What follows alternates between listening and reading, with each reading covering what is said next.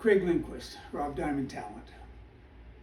Mr. Sharp is not a man of faith, At least not your faith. something your paper reminds us of frequently, I believe in freedom, not faith. and we believe in both. What do you think of Nauvoo, Mr. Sharp?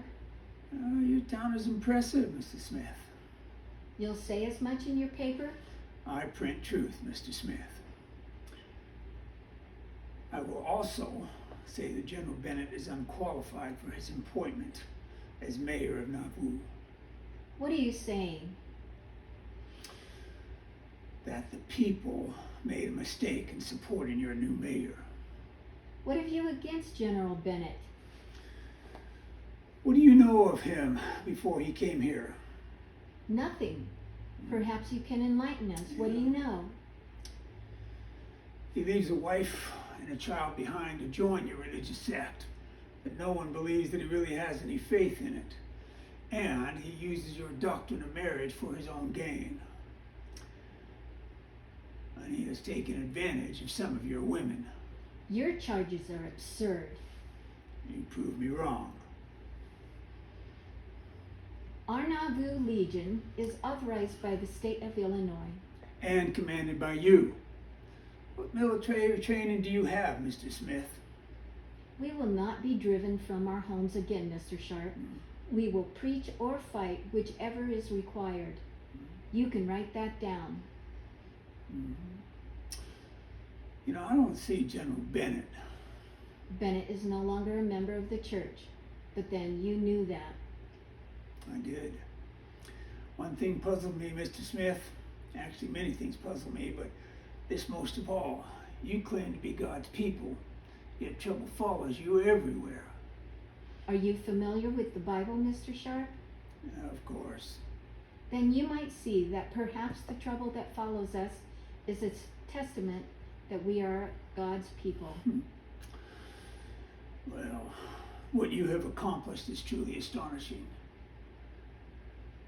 So, why this messy doctrine of marriage that brings nothing but chaos?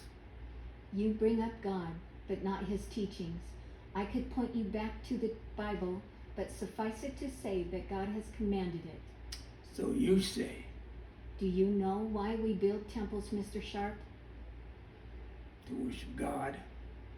God has given us a sealing power that allows the relationships that we have in this life to continue for the eternities. I believe something like that.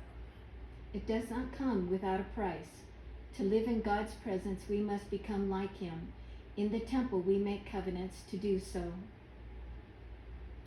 Become like God. The man who leads a believing people treads a precarious pathway. Power is enticing, and you use your power to do whatever you want. You only hear what you want to hear. You think you speak for God. General Bennett tells a different story. Bennett uses my name to carry out his own wickedness. Without God, man's teachings are corrupt. You'll print it in your paper. I print truth, Mr. Smith. Man's versions or God's? Joe Smith believes he is above the law and in the community of his own making. That may be true, but this is our community and no one from the outside will tell us what we will do. You all know Thomas Sharp.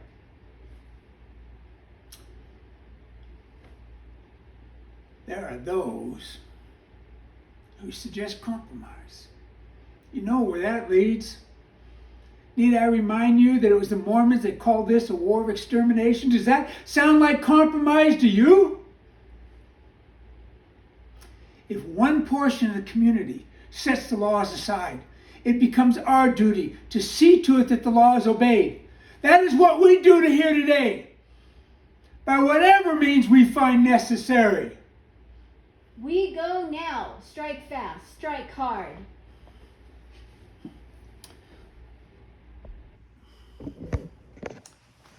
Hey, I gotta go.